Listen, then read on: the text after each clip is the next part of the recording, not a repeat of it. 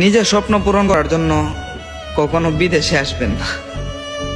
এখানে সবার স্বপ্ন পূরণ হইব, কিন্তু আপনারটা হইতো না,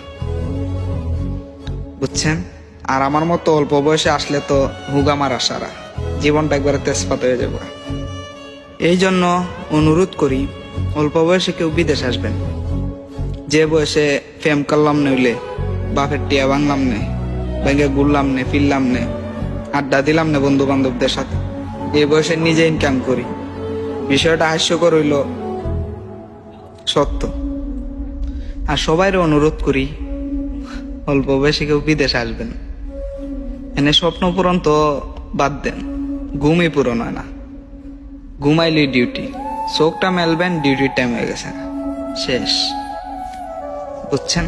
আর মায়া, মহাব্বত, ভালোবাসা সবকিছুতে বঞ্চিত হইতে হইব। একটা এক্সাম্পল দিই, আঙ্গুর ফল চিনেন?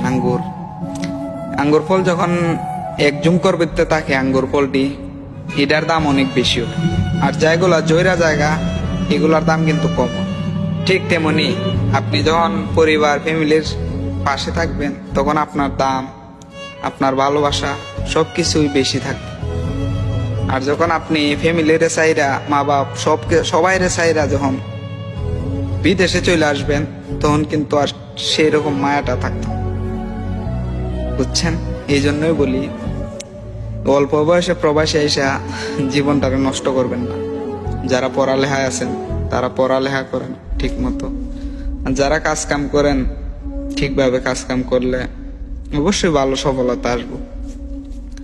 বিদেশে আসতে হইব তেমন কোনো কথা না।